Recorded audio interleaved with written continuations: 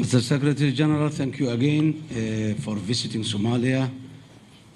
Welcome to Mogadishu. We are deeply appreciative and grateful for the solidarity that you have shown to the people of Somalia and to the government of Somalia at this critical time. The United Nations has always been a partner with Somali people for the last decades, and the Somali people is very much grateful for that.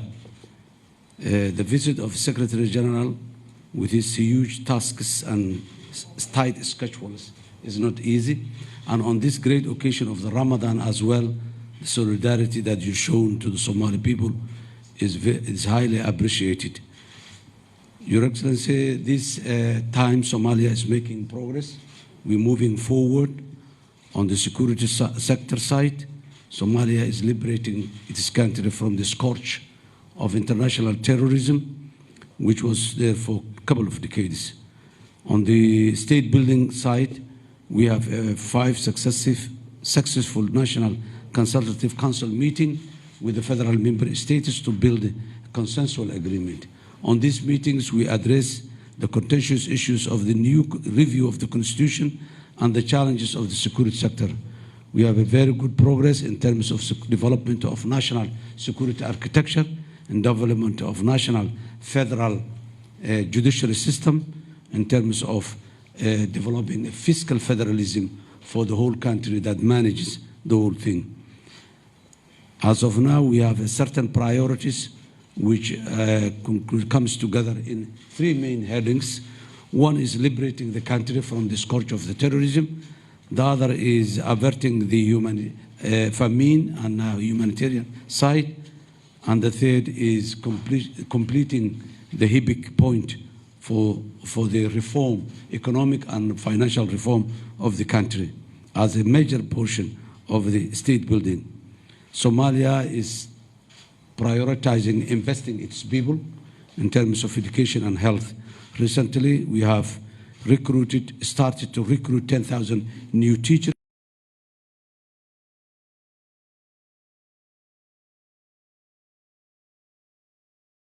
Will have schooling for their children.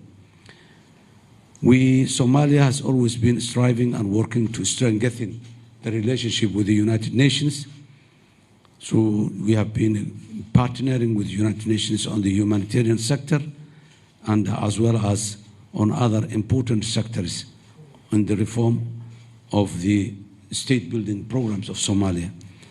At the moment, we're working together with other international partners, the stabilization program of the post-Al-Shabaab or the liberated areas. This will look to the UN to increase critical investment in these areas as these people, as our citizens, has been denied the accessibility of civil services for a long time. Another important point that we are partnering with the United Nations is the arms embargo. So the 31st year Somalia is experiencing the arms embargo, which we believe it is the right time. We are very much grateful for the your good offices on the support of this issue, as well as the other United Nations Security Council members who showed that the Somalia has reached to a level where it has been eased, the embargo has been eased in the past. That helped a lot, and we are expecting the complete lift in the near future as well. In conclusion, Your Excellency, again, welcome to Somalia, and we are very much grateful for your visit at this critical time in our history. Thank you.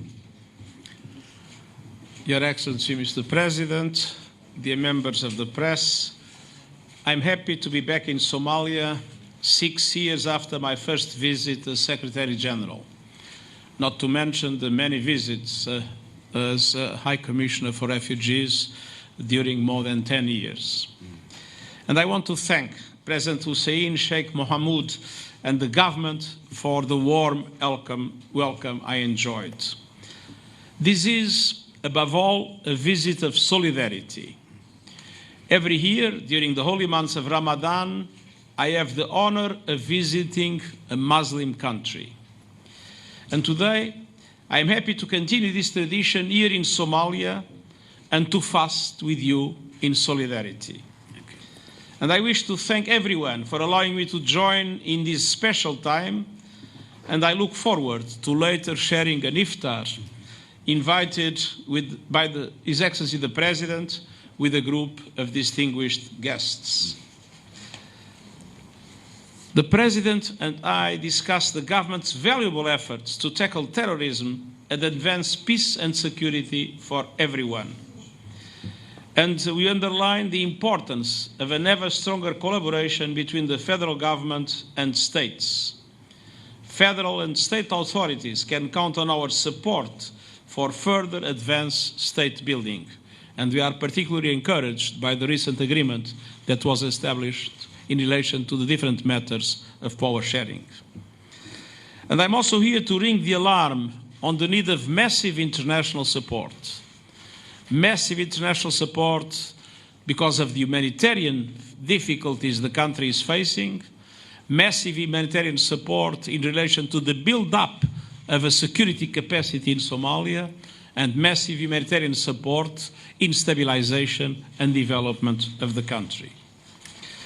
Somalia is experiencing its worst series of 5 years of drought in recorded history, and I hope that the rain that is coming will persist and will help address the very challenging situation that was created in the country by drought.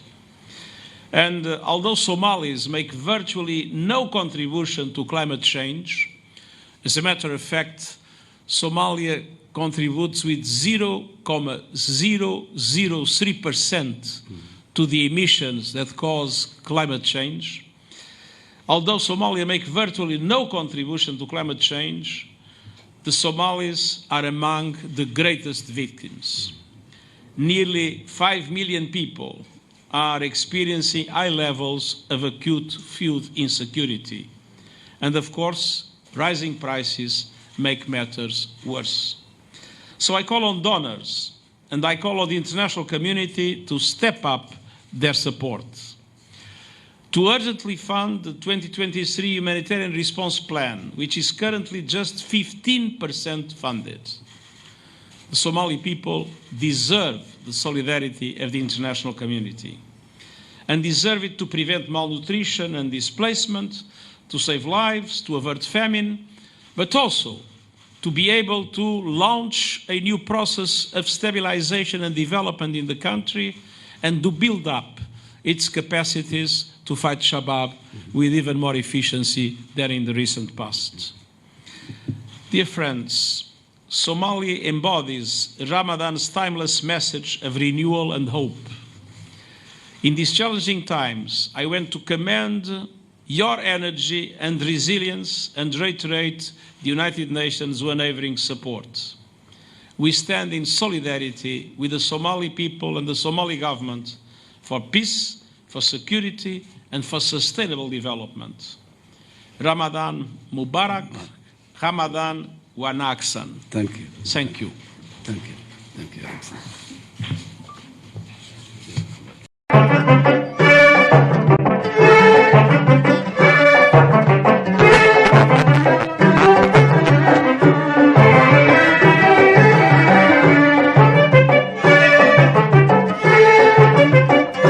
bulshaweynta Soomaaliyeed oo daneynaya waxbarashada waxaa loo hayaa war farxad leh macadka Macrifa College ee ku yaala caasimada dalka Kenya qaasan xaafada South Nairobi ayaa bixinaya koorsooyinka kala duwan koorsooyinka laga bixiyo Macrifa College ayaa kala business management accounting IT luqadaha sida Ingiriiska iyo Carabiga heerarka kala duwan ee British system loo yaqaan O level iyo A level sidoo kale manhajka Kenya iyo muwaadiniinta diiniga Quraanka dadka weyn iyo carruurta barashada computerka heerka certificate iyo diploma macadka wuxuu ku xiri karaa jaamacadaha Kenya iyo jaamacadaha Europe iyo America college-ka Macrifa waa college-ka ugu horeeyay ee laga aasaasay xaafada South Sea wuxuuna u bixiyaa manhaj casri ah macallimiinta haysan iyo goob ku haboon waxbarashada college-kan waxaa la aasaasay 2015ka danta loo aasaasay waxay ahayd in bal dadka waaweyn ay wax bartaan luqadaha amal oo dhowr level leh heerka koowaad heerka labaad heerka saddexaad luqada Ingiriisiga iyo Carabiga iyo Faransiiska waxaa kaloo barnaa dadka iskuulaadka ay dhaafeen oo IGCC-ga iyo KCC iyo KCB u baahan ayaan wax barnaa waxaa kaloo barnaa computer science oo dhowr level leh sidoo kale waxaan sameynaa wax la dhahay exam booking oo ruuxa hadduu rabo inuu exam fadhiisto primaryga ama form 4ga ama GCSE-ga labada booking ayaan u sameynaa. macadka macrifa wuxuu ku yaala xaafadda South Sea wadada Mohoho Avenue ka soo horjeedka hotelka Razana wixii faahfaahin dheeraada kala xiriir nambarada shaashada ka muuqdo.